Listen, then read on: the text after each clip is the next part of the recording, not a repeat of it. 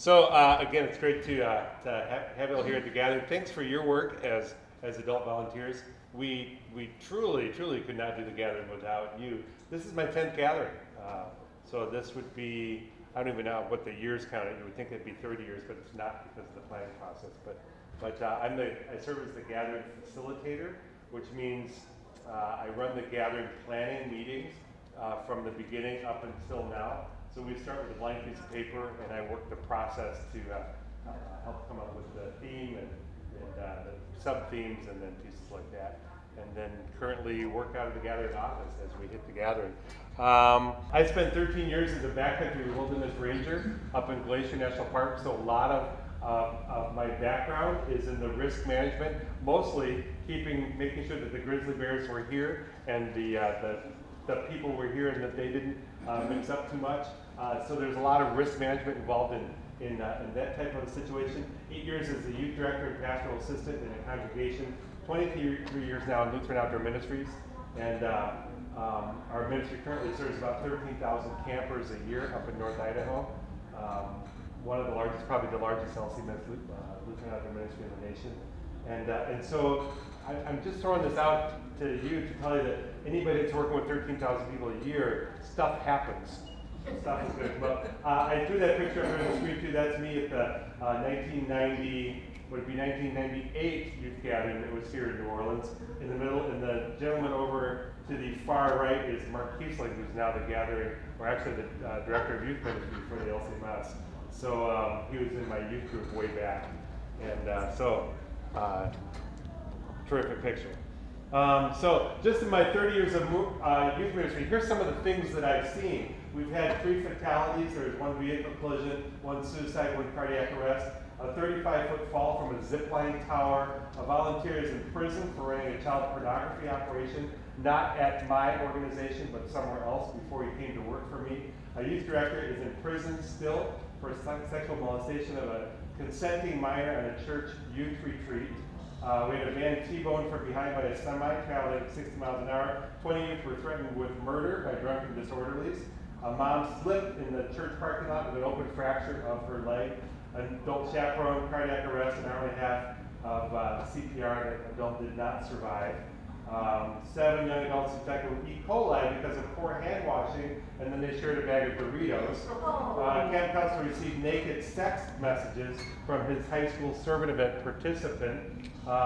Wheel sheared off of a van going down the interstate. There's more. 4 teens discovered a 5-foot rattlesnake on a youth group campout. Look what we found. We had a leader fall and fracture her spine on a youth group canoe trip, and the teens had to take her out. Teen severed 3 fingers playing frisbee. Teen fell backwards. He slid through a window. The window broke, and one of the counselors was a hand surgeon at that particular time, knew just what to do, got him off to the hospital, and they saved the fingers. Teen fell backwards into a 20-foot excavation on a servant event, fracturing a leg and requiring an airlift from Idaho to Nebraska. Youth packed 22 bullets in a duffel bag just to see what they would do if you threw them into a campfire. Sheriff calls and said you have to evacuate your campsite in 30 minutes because of wildfire that was on its way. 2 chaperones surprised a mountain lion on a servant event. They were from Wisconsin, by the way. Middle schooler went into anaphylaxis after eating French toast. He was allergic to eggs. His mom serves him French toast all the time. Didn't know that there were eggs in French toast that he couldn't eat. Needed 5 EpiPens before we got into the hospital. Church van threw a rod in Crow Agency, Montana, en route to the National Youth Gathering. 3 kids hospitalized for hypothermia after a mountain storm dropped the temperature 50 degrees in 15 minutes. That was at Red Rocks. And most fun of all was having to call the pastor at 4 a.m. saying we can't find your daughter because she was one of the kids at Red Rocks that got sent off to some hospital, and we weren't sure. So you might be sitting here thinking, what the heck kind of a ministry does this guy run? Yes, hi, come on in. They wanted to make a grand entrance. Welcome. Good to hear you out. It's good to have you here. The reason I'm showing you all this is because I think I've seen it all until something else comes up and then something else happens. So if you're in youth ministry long enough, if you're working with kids, if you're working with any combination of people, group dynamics, stuff happens and you get to see it. So you're going to listen for some key definitions. We're going to talk about risk. risk management in your program planning, and then how do you teach youth volunteers and parents about risk management.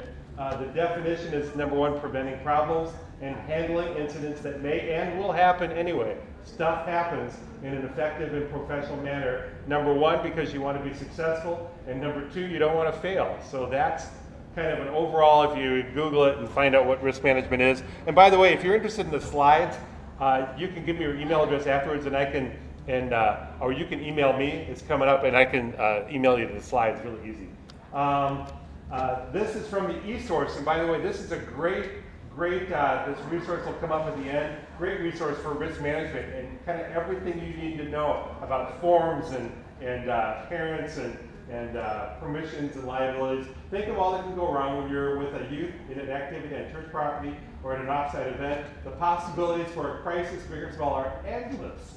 Endless. Julie Johnson is over in Nebraska, I believe, at Concordia Seward. So another definition of risk management is looking for trouble and looking for solutions ahead of time before they come up.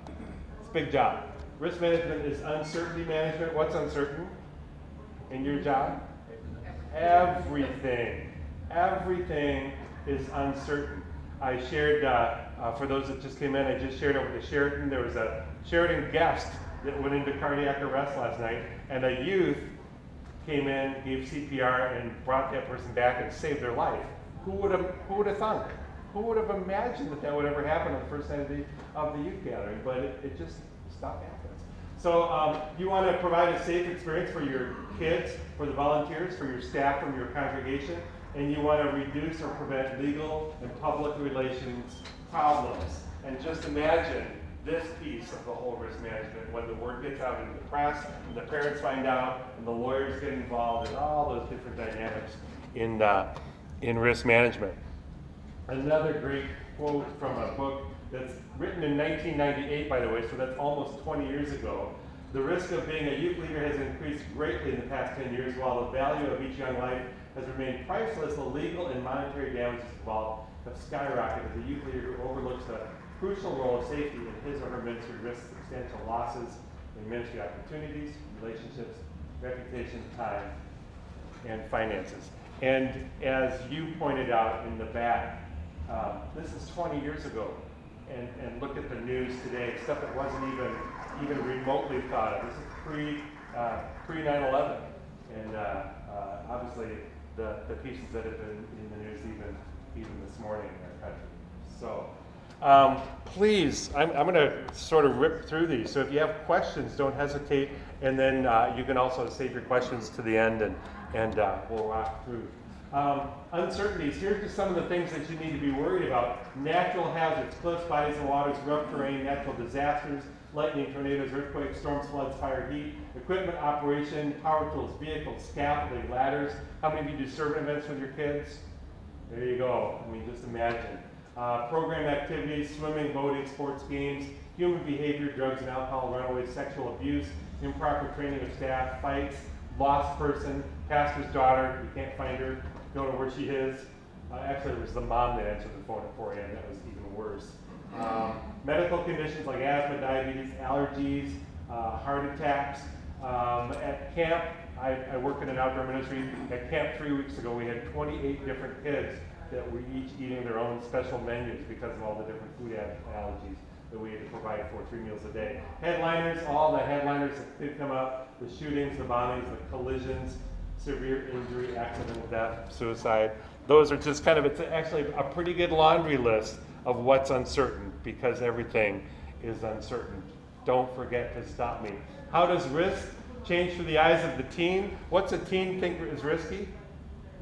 Nothing. Nothing is risky. They will do, especially teen guys, and then you get a couple of them together, or a group of them together, and that risk gets even less. So think about risk, and you need to be thinking about risk through the eyes of the teens. And what are they going to see as risky? How about the parents? What's risky in the eyes of the parents? Everything. Everything. They let their kids do things that they would never let you do. And that's really good to remember. They let their kids do things themselves that they would never let you let their kids do. So a group of teens, we talked about that, the pastor, the youth director, what's your picture of risk. What's risky in your gut, in your heart? That's going to come up a little bit later. How about the church counsel, the insurance underwriter that's going to be dealing with the claim? How about your attorney? And how about the plaintiff's attorney if it does happen to go to a court situation? Again, for those that are coming in, my email address is at the end, and I'll send you the slides. Be happy to. So this is a good thing to be talking about. So reduce risk by increasing control, but the biggest risks usually involve unknown outside forces beyond your control. That's not an asteroid hitting the Earth. That's a bunch of kids setting off a homemade bomb. Awesome. Negligence is something that we'll talk about in the context. Negligence is an act falling greatly below the standard established by law for the protection of others against unreasonable risk or harm. It's a violation or dereliction of duty. And so if you are derelict, if you violate your duty, then you could be considered negligent because you haven't done what you were supposed to do. And down at the bottom, we'll talk about that a little bit more. Going beyond anticipated activities, this is really important, and exposing participants to risk not specifically known, understood, and appreciated in advance. Those are the two categories for negligence. So number one, don't do anything illegal. Number two, don't do anything stupid. Number three, don't do anything that you, the kids, or their parents didn't know and plan for and understand ahead of time. So if you say you're going to take your kids hiking and you decide to take your kids rock climbing, then you could be negligent if one of those kids gets injured because we thought we were just going for a hike. We thought we were climbing to the top of that mountain on this trail, and you decided to take the kids off trail. We thought we were going to go swimming, and you decided to go shoot the rapids in life jackets or something like that. Make sure they know ahead of time in writing what they're going to be doing. And then this is the bottom line. This comes back up to the dereliction of duty. Never leave the kids unsupervised. I'm going to leave you guys here, and I'm going to go take care of this. I'll be back in 15 minutes. If something were to happen in that room, and what could happen? Anything could happen. You could be found negligent in that situation. Are there questions about this? I'm going to stop and just pause and see if you've got questions about any of these pieces. Perfect. That road sign is down in Arkansas, by the way. Just thought I'd say it. So risk management puts you in not the situation in charge, because so many times when you're in a situation, the situation kind of takes over. And in risk management, you're the person in charge, not the situation. So you want to assess the risk, you want to avoid the risk, you want to control the risk, you can accept the risk, and you can transfer the risk. Those are the 5 ways to deal with risk management. So in assessing the risk, I love the sign, knives are sharp, please keep out of children. Yeah.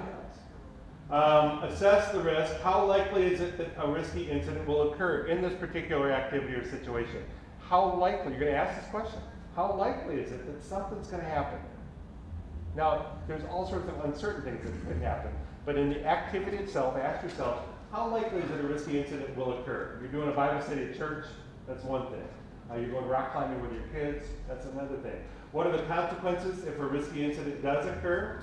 Know your activities, the facilities, the equipment, the available resources, the kids, the parents, the volunteers. Check all those things out. It's a lot of work, but check it out. Make sure that you know what you're going to be doing, and the facility's got license and certifications, and your equipment is good, and that the resources, the police, the fire, the emergency services, the first aider, any kind of those things. Know your kids. Billy, we're going to have to watch out for him. That's the kid that if something's going to happen, that's the one that's going to happen too. So know the kids in your group, know your parents, and know your volunteers. Who are the youth workers that are working with you? Who would have guessed? Who would have guessed that at a church youth retreat at a camp that one of the adults was a sexual molester? And in my particular situation, and who would have guessed that would happen? But it did.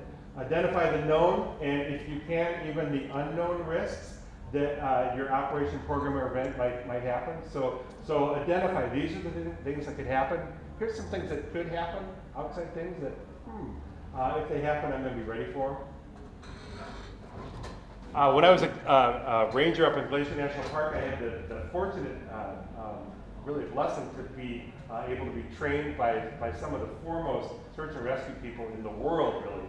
They were members of the 10th Mountain Division that went over the Alps in World War II and stormed Hitler's whatever place, and now they were rangers and they were training. I said, I'll never forget the one guy saying, rehearse those scenarios in your head. We're going to be talking about those, identify your, rehearse in your head. What are you going to do if? What are you going to do if Billy does this? Who are you going to call? How are you going to handle that situation? So think of those scenarios and rehearse them in your head so that you can be ready for those. We'll talk about that in just a little bit more. Avoiding the risk, never become in activities that, never become involved in activities that could be risky. That's the answer, right? We're not going to do anything risky ever, ever, ever. That's the answer to all risks. You know, wrap everybody in bubble wrap and sit in your rooms. But who wants to live like that? So what risks are too great to bear? What are the things that, and this is where you need to assess your risk tolerance. Don't offer programs that you consider too risky. So if you think it's something that I'm not going to go there, don't go there. Just don't do it. Really analyze it, assess it, and then if you have no risk tolerance for that, avoid those activities. There could be somebody in the room that is very risk averse, and there are some things that you really aren't going to do. There's somebody in the room that could be very risk tolerant, and you might be willing to take your group on other things. That's okay, but make sure that you're doing your homework and your ducks are in a row. Controlling the risk, cannot control or reduce this risk. Foreseeable hazard prevention. This could happen, and so how do I prevent this from happening?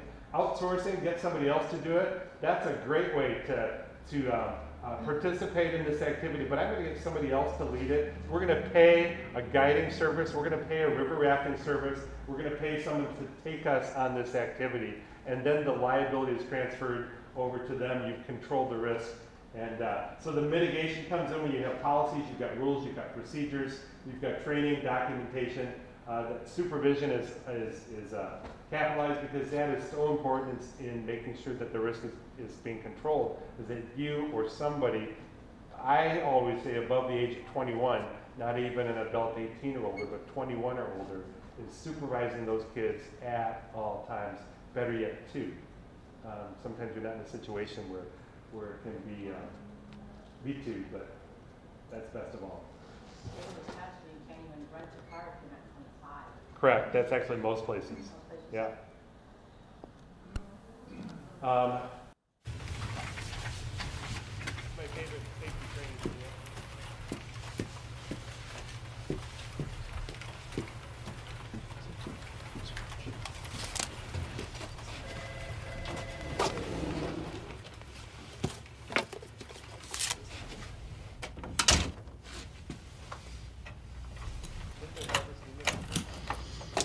Last week I gave a fire safety talk, and nobody paid any attention. It's my own fault for using PowerPoint.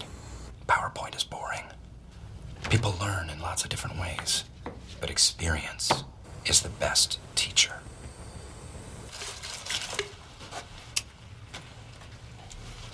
Today, smoking is going to save lives.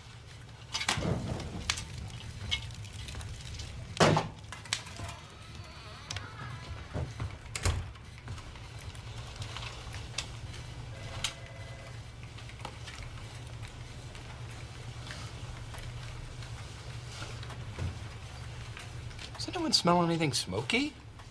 Did you bring your jerky in again? Oh my God! Oh my God!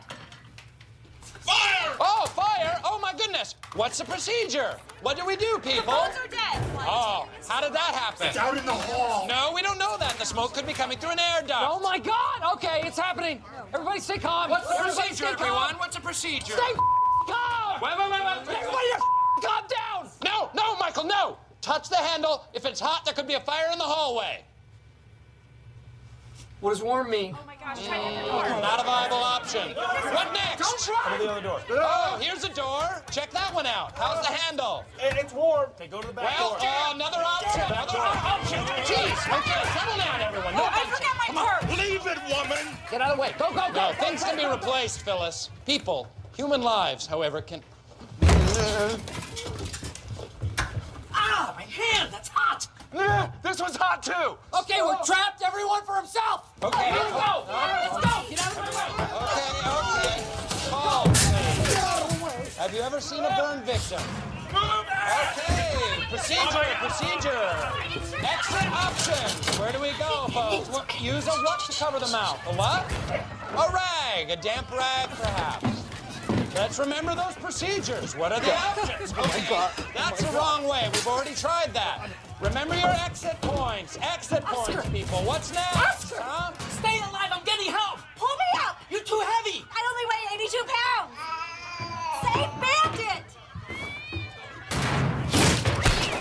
How about 911? Anyone? 911.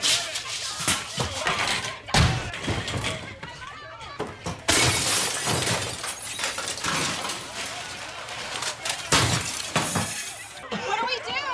Use the surge of fear and adrenaline to sharpen your decision making. Okay, I am not dying here. Come on. What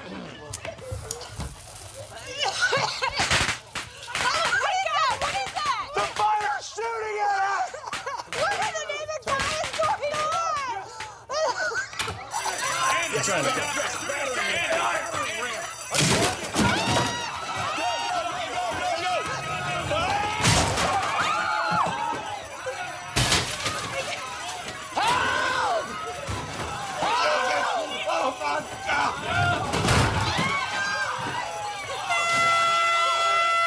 Attention! Employees of Dunder Mifflin! This has been a test of our emergency preparedness. There is no fire. It was only a simulation. What? Fire, not real. This was merely a training exercise. So, what have we learned? Oh, come on. It's not real, Stanley. Don't have a heart attack. No. You will not die. Stanley, you will not die. Stanley, Barack is president. You are black, Stanley. I'm going to give him mouth to mouth. No. Don't give him mouth to mouth for this. You're going to swallow his tongue. Open your mouth. Michael. Don't swallow it. I'm fine. Leave me alone. Save it.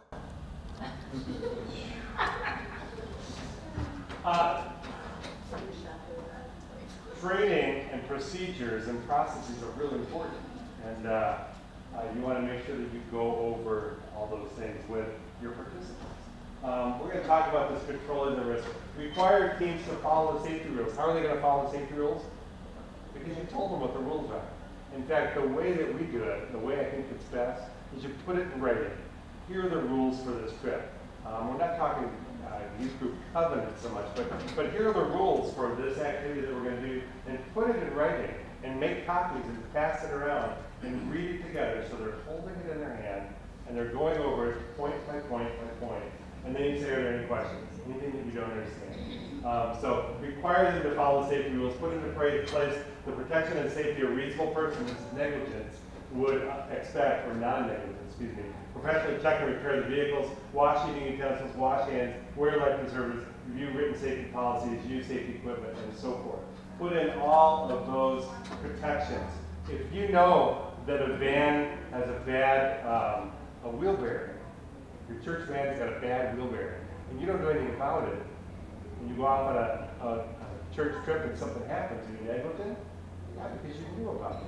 Now, if you pass that on and you go tell the trustees about that, and you document and you send an email to the church trustees, there's a wheel bearing on this van, needs to be fixed, they need this fixed by Saturday of 2 weeks from now, give them the time to do it, and because we're going on this youth trip, you've taken that liability off of yourself and you've put it on the church trustees. It doesn't mean you're off the hook, because it could still come back and they'll say, well, why didn't you follow up on that? Did you know that it was fixed? Did they fix it? No. Then how can you still take that van?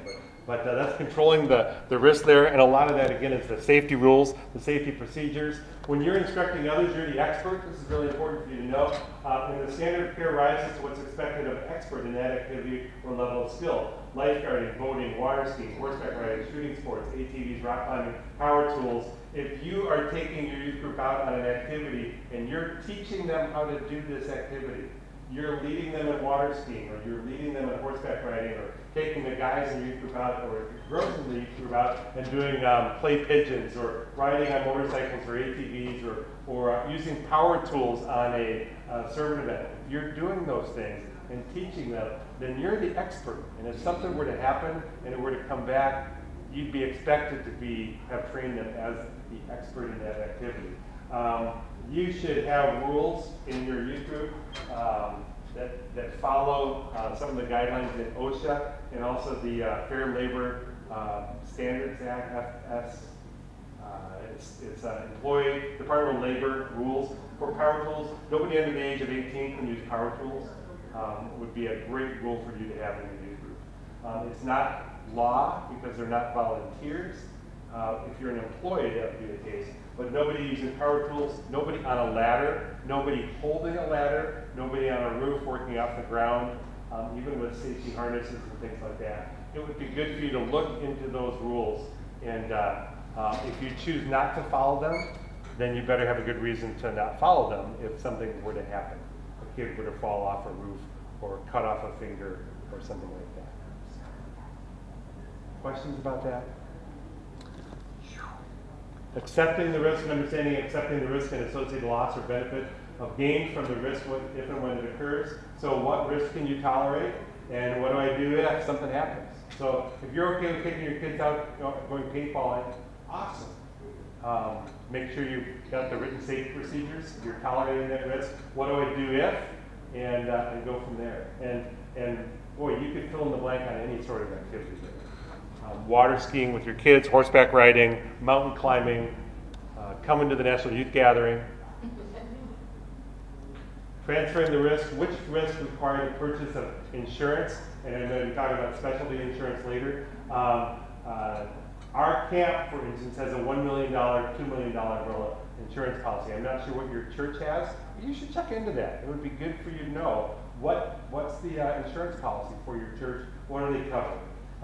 Waivers, releases, informed consent agreements, no participation, period. No participation without a signed agreement. You know, you're going to have to play the bad cop at some point and say, you can't come because I don't have. Now your parents can fax it, they can take a picture of it and send it to you, but you've got to have that signed agreement. You've got to have a copy of that. And minors may not sign away their rights. Oh, I don't have it from this kid, so I'll just have the kid sign the form. That cannot happen. The parents have to sign it. Please. And this is tough too because waivers and releases come in like the day before, always, you know. And the day before this trip, I had parents coming in and still scanning off their like documentation card deals like 5 months ago. Emails have been like, oh, you need this in, and they wouldn't have went on the trip if they didn't have that stuff in. Gathering office, we're dealing down there with kids that are here at the gathering without the parental, all the forms. So. You just have to require it. Just say it's a policy. Make sure the parents know. Put it in the thing. You know, in the email. Your kid will not go if I don't have it 2 weeks ahead of time. If I don't have a week ahead, they will not come on the trip. And it's hard. They should be used to it. I mean, that's public schools everywhere. I mean, kids stay and sit in the office for the day if they don't turn in the field trip. The church is different. Yeah. Yeah. Totally. It's not. Yeah, because we're supposed to be nice, you know, grace. That informed consent is a really awesome agreement. Somebody want to explain what an informed consent waiver is? Anybody know what that is? It's the waiver where you say we are going horseback riding, and here's our schedule. We're going to be riding horses here, here, here. Here's the things that could happen when you're riding a horse, including injury or death. Broken property or whatever, and I understand this activity. I know the nature of the activity, and I agree to let my child participate in this activity. It's kind of different from the waiver. Yes, my kid can go on this trip. That's a little different than saying they're going to be doing this activity. They're on this servant event, and they might be climbing ladders, and they're going to be working with nails and hammers and working on a construction site, and they'll be wearing a hard hat, and we're going to be following all these safety rules. But I understand this activity, I get it, I've been informed, and the parents need to sign that, and the kid signs that also. So the kid understands it, all the things. Those are great agreements. I'll give you a resource for those at the end also. Third party hold harmless agreements if you're working with a raft company, for instance, and they're going to hold you harmless for any activities or injuries that might happen. That's part of the contract. Secondary insured, actually naming you as a secondary insured on an activity. how would that work? That might be as you're, if you're sponsoring an activity and you're inviting kids from other churches, they might be a secondary insured waiver that you have, that you work out between that church and your church, that they're going to hold you harmless. That's the first one. Or they're going to name you specifically, First Lutheran Church, we're going to name you in our insurance policy, that you're covered by our policy as well. If you want to take your risk and transfer it onto that other church as well. So you don't have to be liable for the kids from the other church that are participating in your activity. The churches, their church is going to be liable. So that's the secondary insured. Those are really handy. We can talk more about that if you have questions. Require participants to have insurance. That's tough, but sometimes that's, you do that. They have to have some sort of insurance. It's easier today, maybe a little bit, under the Affordable Care Act, but not necessarily. There's still all sorts of kids that don't have insurance. And then you can get event or activity insurance. And we do this even in an outdoor ministry. We will require groups to get their own additional insurance on top of what they're doing. So you can call your church insurance company and say, hey, we're going on this trip. Can we get extra insurance? Because we want extra insurance for this activity, for this event we're doing. If you're doing a big event for the community and you're inviting all the kids from your community for this big burger thing or whatever, you might want to get a 24-hour insurance policy that's added on that just is a little bit additional. It covers the kids as they're traveling from their home to your church. It covers the kids as they leave your event and go back. And all sorts of things are wrapped up in that you just never think about. But what if a kid leaves your event with somebody he wasn't supposed to leave with, and they're in an accident on the way back, and you release them to somebody else, or what? Who knows? Who knows what can come out? So those are just some ways to transfer the risk. Things that you should never say. Never say it won't happen to be. Never say out of sight, out of mind. Never say it's not my problem. That's somebody else's problem. It's the job of the church council. It's the job of the trustees. They should have taken care of the band. It's the job of the pastor. Well, the parents should have worried about that, or whoever. Groupthink. What is that? Anybody? Groupthink? You get a group of kids together, you get a group of people together, they all say, yeah, they talk, you basically talking yourself into doing something. That maybe if you really, in hindsight, you really thought about it, no, we really shouldn't have done that. But the group, it's peer pressure is what it is, that gets everybody on the same page and ignoring procedures, policies, or standards. Groupthink also happens when the kids try to talk you into doing something without really, it's not one of the activities we planned. I haven't really had a chance to think about that. Let me think about that and I'll get back to you tomorrow, but it's that pressure to do the stuff that you wouldn't necessarily do. And then again, if you've got procedures and policies or standards and they're written, don't ignore them. Make sure you follow those. Make sure the kids know about following them. Imagine the scenario if you're in that car wreck and you're driving the kids and you're the one that's unconscious. And the kids have to handle that. Do they know how to handle a situation where you're injured? You're the one being taken away in the ambulance. Talk about those things ahead of time so that they're prepared to step into leadership roles as well. And trust them to do that. Imagine the youth group in Montana whose youth director drowned on a rafting trip, and the kids had to call the church and deal with that situation. So say no and say yes. Communication, training, parents, teams, chaperones, make sure they're all trained really well in writing, do it in writing. Supervision, again, releases, permissions, informed consent, planning, written, passed around, hold this in your hand, and let's read it together and see if you have any questions. That's really awesome. If you go whitewater rafting now with a professional raft company, they do that. They got these laminated cards that they pass around. Everybody stand in a circle, hold the card. Let's read this together before we take off and go down the river. Was this vehicle professionally checked? I'd make sure you personally that you follow up on your church vehicles and say, yeah, we're going to take it to the mechanic, and he's going to go through it, and he's going to give you the printout of everything that was done to that vehicle. Disaster plans, emergency plans, crisis intervention, response plans. It's a big deal writing those.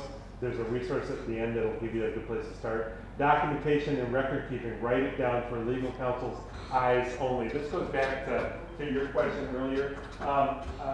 Keep your own personal documentation of stuff that happened. So if you see something that happened in your youth group that's at all suspicious or needs follow-up, write it down. Do an incident report. Just put it in a file on your computer so that you have a written record. So that 3 years from now, the statute of limitations isn't up, and it comes back and bites you, and you go, man, I just can't even remember that. Or a year from now, or 6 months from now, when the parent calls and said, hey, remember when my kid was injured and now they have to have medical tests?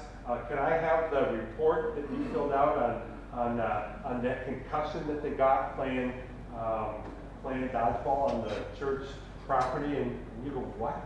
I had no idea. So write that stuff down. And then on my computer, I have a file that says, for my legal counsel's eyes only.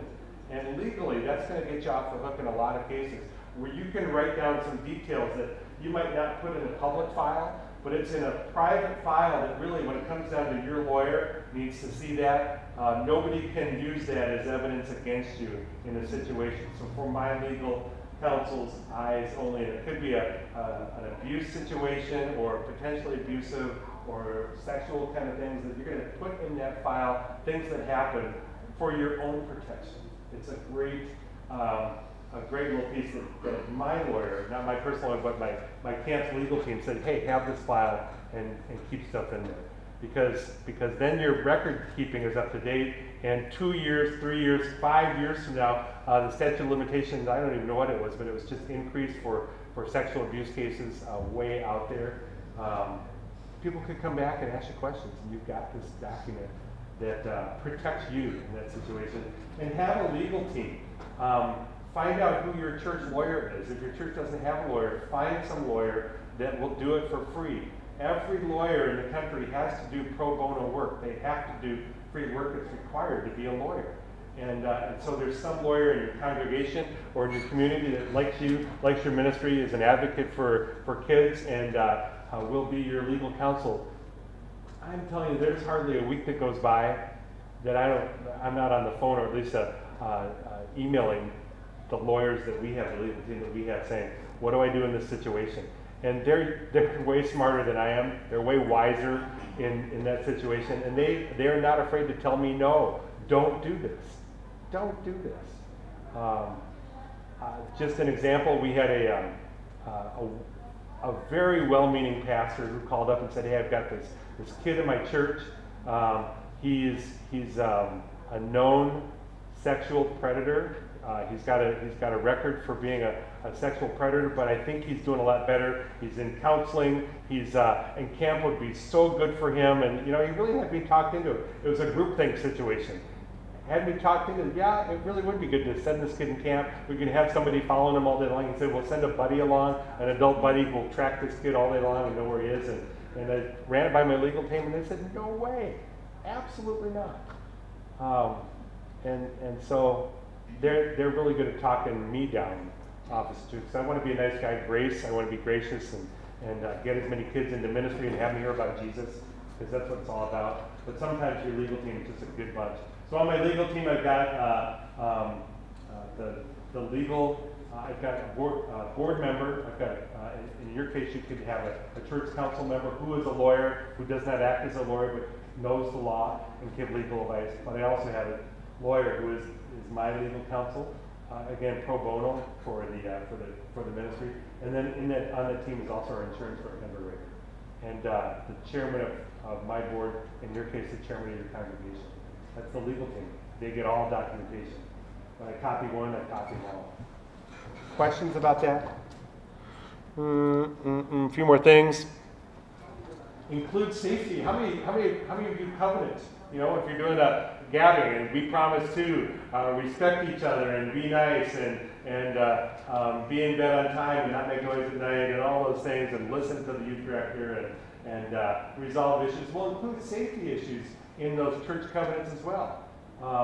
I promise to obey the safety procedures and act safe and report things when I think that there's unsafe things happening and things like that. Put it in your covenants and your youth nights or your wild adventures, all those things. Here's our group covenant that we're going to follow. Recognize the forces that you can control, because there's stuff that you can control. And there's stuff that's going to be way out of your control. But recognize what's the stuff that I can't control. Run risk management scenarios. That's what I talked about earlier, is run these scenarios in my head. What if we're in a car wreck on our way to the National Youth Gathering? What if this happens? What if there's a bus accident? You read about bus accidents in the news. You know they happen. So what am I going to do if? 1, 2, 3, 4, 5. So you'd be amazed at how well that's going to help you follow 1, 2, 3, 4, 5. Even if it's just in your head, jiggle around in your head so that you can be in control of the situation, and the situation isn't in control. Run those scenarios. The higher the risk, this is great. The greater the supervision required. So if it's a really low risk activity, you might only need 1 adult or 2 adults with that group. Maybe just 1. But if it's a high risk activity, and whatever that is, you're going to need more adults. You're going to need more supervision to make sure that those kids are safe. Be accountable to others. Don't say it's not my problem, but bring other people into those scenarios. Don't put yourself in situations where you might be seen as suspect. You know the rule. Leave the door open to your office when you're counseling youth, and never be in a one-on-one situation. Use the 2 adult rule. Never leaving one adult alone with 1 child. If you're doing counseling, crisis management, things like that, I go to a public place and talk to that kid in a public situation. And if they cry or you cry, it's okay. Go to some place where you're over here and there's a whole bunch of people over here, and you're still in a public situation where you can't get in trouble. Use the 6-month rule. Adults need to be involved at least 6 months before taking active part in youth ministry leadership. So that's kind of an interesting thing. In other words, you're not going to leave that adult alone with the youth group unless they're involved with the youth group somehow on 6 months. So you know the person. Do you do background checks? Absolutely. I don't even have that up here, but background checks always. There's the National Sexual Offender website that's free.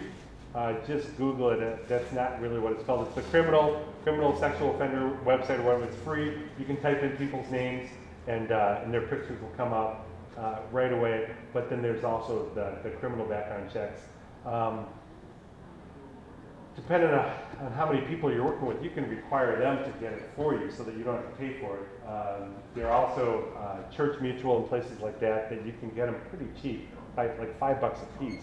So it's worth paying the money yourself. Sometimes they're even upwards of $25, but do it. We also do motor vehicle records, and that's not a bad idea too. If you've got any driving offenses, you can't drive for this youth event.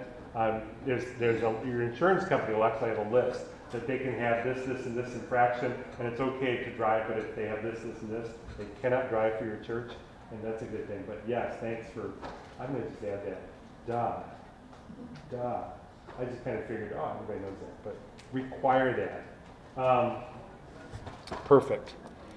And you're not alone. If you think you know it all, you're a fool for sure. Real survivors learn wisdom from others. So just use the resources in the room at this gathering. Hang out with other adults. Talk to some people in your congregation. Make a friend, make a lawyer friend, and find out. Proverbs, great verse. And when all else fails, this is my favorite. Boom. Make the sign of the cross.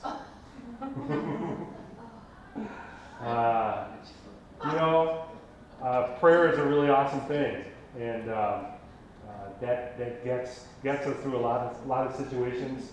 How many times when you're in a crisis situation do you see people gather around holding hands and let's pray really quickly? Sometimes you're praying on the fly. I remember a fire that we had at our camp one time, and the camp counselor comes running up as we're frantically trying to get this fire extinguished. And she comes running up and says, we need to hold hands and pray. And I said, no, we need to put the fire out first, and then we can come over and pray. But boy, praying through a situation is really terrific, and we're going to do that in a second. There's the resources. That youth e-source is put out by LCMS, and it's got this risk management with teens. It's from 2011. Youth safety in your church. Church Mutual Insurance Company has all sorts of freebies, and this is a great document too. And again, just ask me for the slides, and I'll send it to you. But in this bunch of stuff, this is all listed in those things. There's incident report forms. There's medical consent liability activity release forms. There's authorization to consent to medical and dental care, emergency medical information forms, first aid checklist, and a risk management checklist. Super resources. They're terrific. When you show these to your parents and your youth group, they're going to just marvel at how incredible you are. There you go. Bob@lutherhaven.com. It's really easy. My email address. We've got a booth downstairs. I Am Serving Adventures is one of the ministries that we run. If you want to check that out on the big halls where all the booths are. Before we pray out the door, I just want to see if there's any questions that you have. Because it's a lot and I went through it really fast. And you might have had questions that, oh, perfect, we got one. Might have questions that weren't answered or something that showed up on the slide that weren't covered. Situations that y'all have seen, risk management situations. You want to give a snapshot, please? I've been to Boy Scout camp 3 times, and each year we've sent at least one kid home for something. Earache. Yeah. I don't know if you're familiar with Gaga Ball, but he missed kicking the ball and landed, hit his head. This year we had, and this was the Scoutmaster's son of all things, broke his leg on a, what did they call it, the blob with the water section. Yeah, anybody else? Anything I thought it was interesting, and we used to do a lot of men's activities. I was usually a men's ministry leader for 12 years, so we did a lot of primitive camping, and we couldn't, and I don't remember whether it was our insurance policy or what, but we couldn't do paintball. We did it for a couple of years, and then we had to shut that down. But we could do shotguns and ski. We were within limits, but the paintball was not. So we kept the shotgun, ski. We even added rifles and pistols and matches and that, but we could not do paintball. Because the difference is you're doing it in a controlled situation behind a firing line with someone, a range manager probably. In the case of those, whereas with paintball, you're running around the woods shooting at each other, and probably the case. It's a great idea for you to check with your insurance company and say, hey, what do you think about me doing this with my youth group with a bunch of middle schoolers? They'll tell you. They'll tell you yes or no. At camp, we have to take out an extra insurance policy every time we want to go sledding with kids. We don't have to do an extra insurance policy for anything else, and we have a rider for our horseback riding, but we actually have to give them a head count for the number of kids that are going sledding and pay an extra premium for sledding because they see it as such a high risk. So check with your insurance company. What do you think about this? Yeah. Talk about going over expectations, but with kids, we at the school take 250 kids to camp. We had to, after this year, we are going to have parents sign on the line for their own behavior and how they will act. Because we had more problems with the adults, with the chaperones, than the actual kids. Because kids knew the expectations from all the teachers at the school, and the parents were absolutely ridiculous as far as what they were like 5th graders themselves. And it was the first year ever. Great covenants. Does anybody else do parent covenants or leader agreements? That'd be a great piece for you to do. There's a covenant or agreement. Here's your expectations. Here's what you're expected to do. Here are things that you won't do. Here's the things that you will do. Great idea. Thanks. Hence applies the 6-month rule. What's that? Hence apply the 6-month rule. Yeah. 6-month rule. If the parents don't get involved in the beginning, why get them involved at the last minute? Because you don't know your parents. And how many of you have, I'm guilty of this too. Boy, we need one more chaperone. Anybody want to go? We're leaving tomorrow. Oh yeah, I'll go. We've got Ed if we'll Yeah. Last youth gathering, I stepped into a role of some leaders that I needed to pick, and it was very interesting. The dynamics from that gathering to this gathering already, where boom, my leaders are they're there. They know what's going on compared to the leaders then. It was just like, I was shepherding them as well as at a lot of times. And so just the difference between getting to pick them, you know what I mean? Like 6 months of, hey, if you don't love Jesus and love God, I can't work with it. If you show those things in your heart, we can work through stuff, through this kind of fun stuff. It's a good idea. I also notice a lot of youth groups working together in office that are bringing 18-year-olds as chaperones for the youth event. They're coming as adult volunteers because they're just out of high school and so now they're in college and they're coming as one of the chaperones. You can't do a background check and get much information on somebody like that because at 18, all their background check starts over. And so you're only checking 6 months. So really know who those people are, what they're up to. Anybody else? Stuff that's happened, questions you might have, please. On those 18-year-olds, can you ask for references and stuff like that? Is that one thing? Absolutely, and I always make sure that I check the references they don't give me. Because most people give references that they know are going to give them a good reference. So I would try to find out who are some people that I could call a teacher, a guidance counselor at school, their pastor, their youth director, somebody. Because they're going to, if they're 18, they're going to give you their cousin and their best friend and their uncle, Bill. So, yeah, good. Anybody else? Let me pray. God, thanks so much for this group of leaders. Thanks for their heart and their passion for kids, their heart and their passion for ministry, and most of all, their heart and their passion for you, and connecting all those together.